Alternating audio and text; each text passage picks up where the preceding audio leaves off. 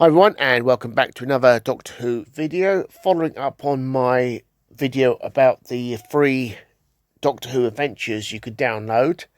I'm doing a little review on these particular stories. They separate the Doctor from his companions in these. It basically starts off, the Doctor is celebrating some party in the past. He decides to leave his companions to enjoy the party, meal, whatever, and have a bit of a tinker around with the TARDIS, which puts him forward in time. And he arrives in London, and things are not looking right. Red snow everywhere. And of course, he comes face to face with the Ice Warriors.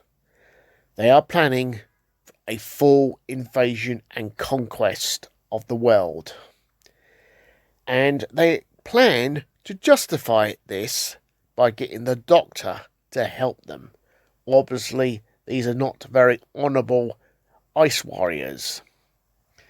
The voicing by Walker-Thomson is absolutely marvellous. He really does sound like Patrick Troughton, and some of the funny remarks he makes is just like Patrick Troughton. It really is. It's fantastic. It's a really good story, this, and it's obviously the first one of a block of 5. It comes in 2 episodes, 20-minute and 24-minute episodes, and I'm going to give this one 8 out of 10. It was really good. Quite enjoyed it. So let's push straight on to the second one as he comes face to face with the Daleks. So here we are at the second story, and the good Doctor is encountering his oldest enemies, the Daleks. Bit of a strange story, this one. Freedom of the Daleks sees the Doctor arrive aboard a foul ship orbiting a sort of Earth colony, and down below are some scientists working for the Emperor Dalek, or should we say trying to nurse him back to good health. It seems this story sort of picks up after the Dalek War with the Files. The Emperor and a few Daleks managed to escape. It's not exactly explained how. Anyway, above, in the File ship the Doctor has arrived in, he meets the Files and more Daleks. And these Daleks are slightly different. They're human Daleks. They have emotions. And so this does make a rather interesting story. Rather peculiar, this one. It's also, should I say, it's a 2-part story. I think it's a 20-minute, 30-minute 2-parter. Quite good, actually. Yeah, not bad. It's a bit of an unusual, strange story, but nevertheless, it's quite a good one. And I think I'm going to give this one, I'm going to give it also 8 out of 10 for this one, as we now move on to the next one in the series. Right, so we now arrive at the third story. The third story is actually the shortest story. It's a single episode, just under 20 minutes. Her House. This is a bit of a weird story, this. Because it's so short, it doesn't give much detail. Basically, the Doctor arrives at this house. He is trapped inside this house. He is being followed around by a gentleman called Clarence, who keeps offering him cups of coffee. And eventually the Doctor starts to communicate with her, and he starts to put the pieces together in what's going on, and eventually, obviously, he resolves it. I'm not sure what to make of this one, to be honest. Bit of a peculiar one. I'm going to give it 6 out of 10. And that's it, really. So let's move straight on to the next.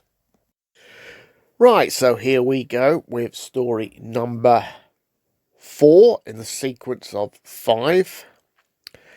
I think this story is a follow-up to the original Patrick Troughton story, The Invasion, as it's set hundreds of years later in Antarctica. The Doctor turns up.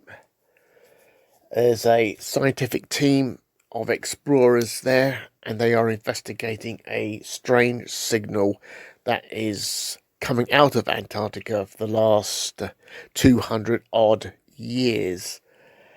And obviously what they discover are the Cybermen, the early versions of the Cybermen. And the Cybermen are planning their usual conquest, but with a slight difference, because as they are few in number, the Cybermen are going to take the long, slow road. So can the Doctor stop the Cybermen from conquering the Earth? This is a 3-part story. It's about an hour and a half long. It's a bit of an improvement on the last one. And I'm going to give this one, let me think, I'm going to give it 8 out of 10. And without further ado, let's move straight on to the final instalment. So here we are at the final story, and the Doctor has sort of worked out he has been manipulated. He has been manipulated by a salamander who has a resemblance to the Doctor. Salamander has changed Earth history, and the only way the Doctor is going to get back to meet his companions is to defeat Salamander's master plan. So there we go, folks. That's the synopsis of the final one, and in fact all of them, to be honest. Yeah, this was quite a good story, this one. I quite enjoyed it. This is also a 3-part story, roughly in the region about an hour and a half, give or take. Yeah, so it all wraps it up nicely.